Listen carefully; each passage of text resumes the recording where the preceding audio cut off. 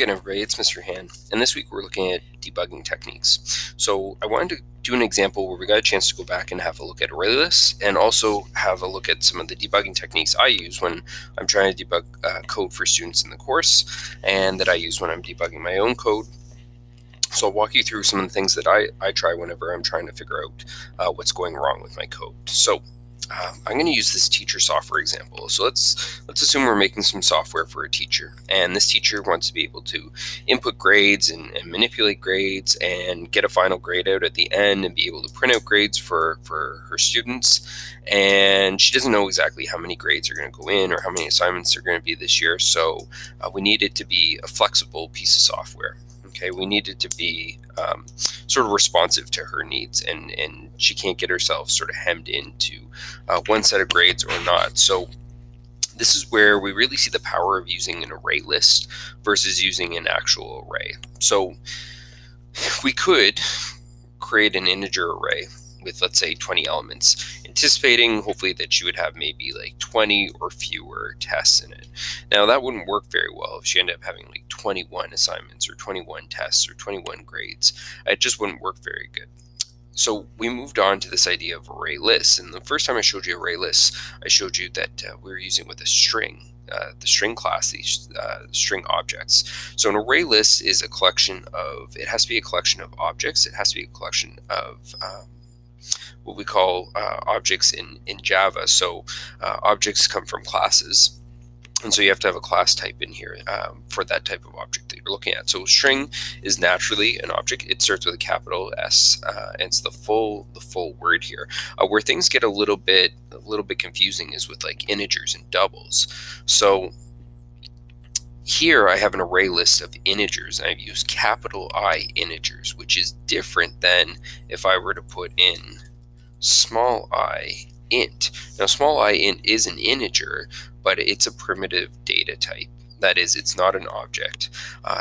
One way you can tell objects from primitive data types just store that one piece of information.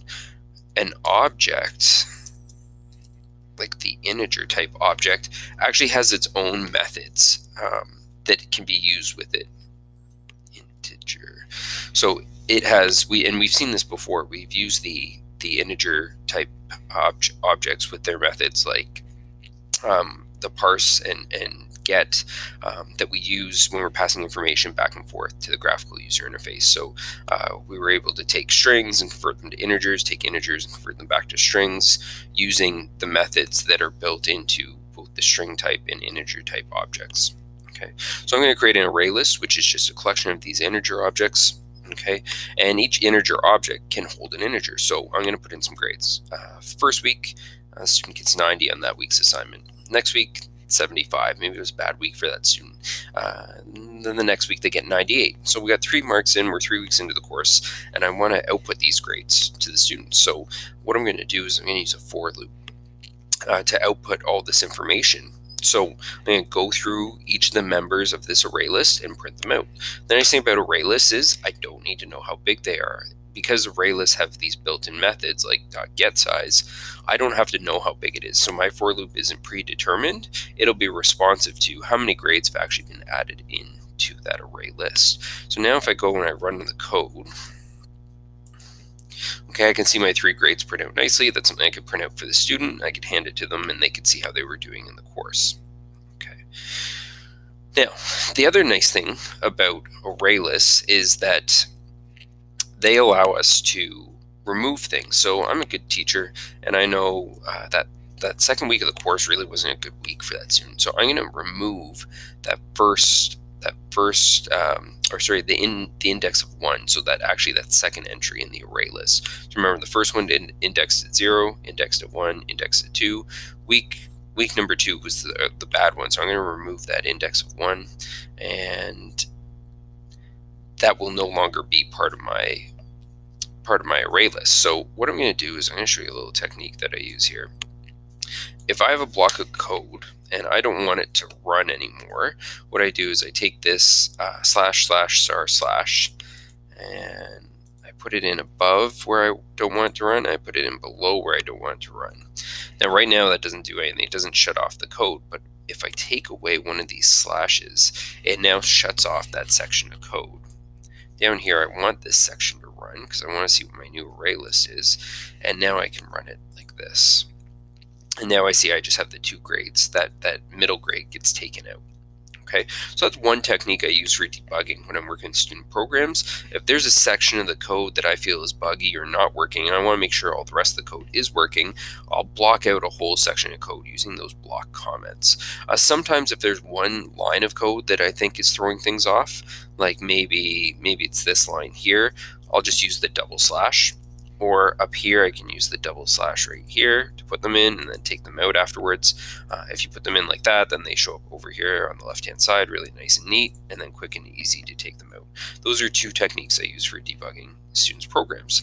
The other one I use, let's say I wasn't getting the right output, something seems buggy, I will loop through a student information, and I'll use this S out and just print out whatever it is I think isn't working right now. So whatever it is, maybe it's that I variable I think that might be wrong. I just print that out. And then I can see, okay, grade 90, that's in spot 0. Grade 98, that's in spot 1. Maybe that's why my program isn't working properly right now. So those are techniques that we can use to debug our code. So I'm going to shut this bottom part of the code off again, like that. And I'm going to do it again. Put it down here and back out one of those lines. Now that part's shut off. Okay, to turn this back on, I'm going to get rid of these, and now I'm back in business up here. The other thing I can do is I can put in a stop. So I'm going to go line 28, and I'm going to put in a stop right there. Okay, so I just click on that line. Now I hit F7 to stop, and now my code will stop running here. And what this allows me to do is it allows me to step through the code, what we call stepping through the code. And in order to step through the code, I'm going to use F8 to go line by line through the code. So it just jumps to the next line of code, and then I get this nice synopsis of what's happening there. So right now, it's telling me that right at this line, I'm getting a new element added to my array list. I'm going to step through the code again. Now I see my array list size has changed. Okay, it's gaining members. I'm going to step through it again. Now I can see that it has a size of 2. Okay, so I can open those up and I can see what's going on. So I can open up this grades and I can see, yep, in element 0, there's 90, element 1, there's 75. I can keep stepping through the code. I'm going to see that that happens again. Now I have 3 grades in there, 0, 1, and 2, 90, 75, and 98. I can step through my loop and see what's happening there. I can follow through what's happening with I. It's going to go back and forth, back and forth. I can see how many times it runs.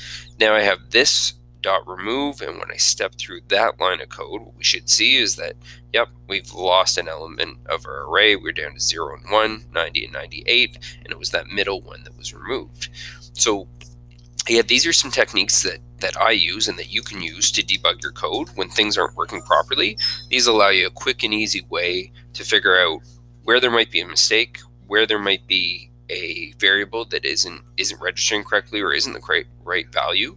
And again, it's a nice little synopsis of array lists as well. If you have any questions about this week's assignment, please feel free to contact me. Thanks for watching.